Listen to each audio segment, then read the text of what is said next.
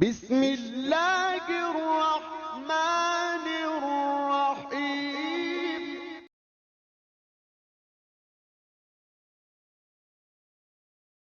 السلام علیکم ورحمۃ اللہ وبرکاتہ۔ میں ہوں شعیب ندیم اور آپ دیکھ رہے ہیں شعیب ندیم وائس چینل۔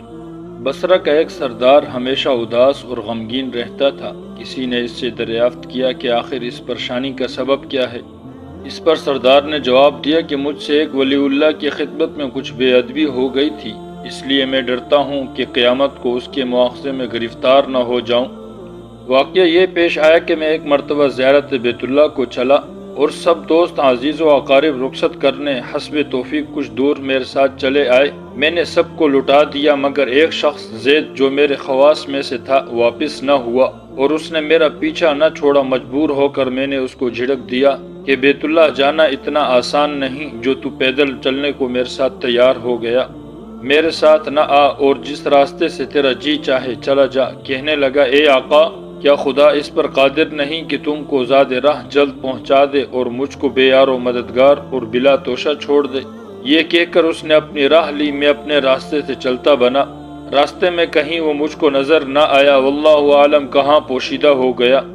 جب خدا کی فضل سے مناسک حج سے فارغ ہو کر مدینہ طیبہ کو چلا تو کیا دیکھتا ہوں کہ زید آ گیا اور السلام علیکم کہہ کر میرے پاس بیٹھ گیا۔ میں نے حیرت سے پوچھا کہ حج کر آیا؟ کہا ہاں۔ پھر میں نے ظرفتاً کہا حج کی سند بھی ملی؟ تو کہنے لگا کیسی سند؟ وہ کس کام آتی ہے؟ میں نے کہا حج کرنے والوں کو بیت اللہ میں غیب سے چٹھی ملتی ہے جس میں لکھا ہوتا ہے کہ فلاں ابن فلاں حج کو آیا تھا اور اس کا حج قبول ہو گیا۔ پھر اسی سند کے ذریعے قبر اور حشر کے عذاب سے نجات ہوتی ہے۔ یہ سن کر زید روتا چلاتا بیت اللہ کو واپس چلا گیا۔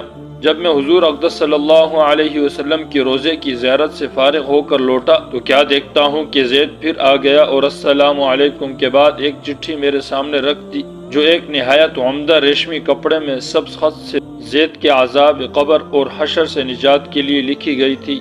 یہ دیکھ کر میرے ہوش اڑ گئے۔ پھر ذرا سکون ہونے پر میں نے معلوم کیا کہ اے زید، بتا تو اس کی حقیقت کیا ہے؟ آخر یہ دولت بے مثال تجھ کو کس طرح میسر آئی؟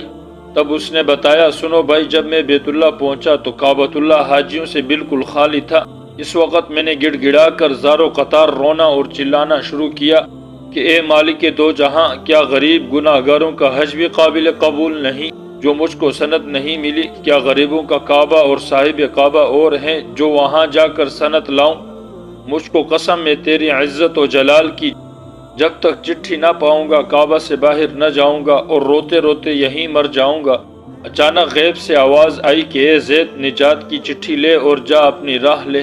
پھر یہ چٹھی میرے ہاتھ میں آ گئی جس کو لے کر میں چلا آیا۔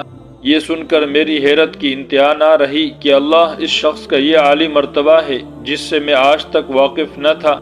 پھر عزت و اکرام کے ساتھ میں اس کو اپنے ساتھ بصرہ لے آیا اور وہ چٹھی نہایت احترام و تعظیم کے ساتھ معطر کر کے صندوق میں بند کر دیا۔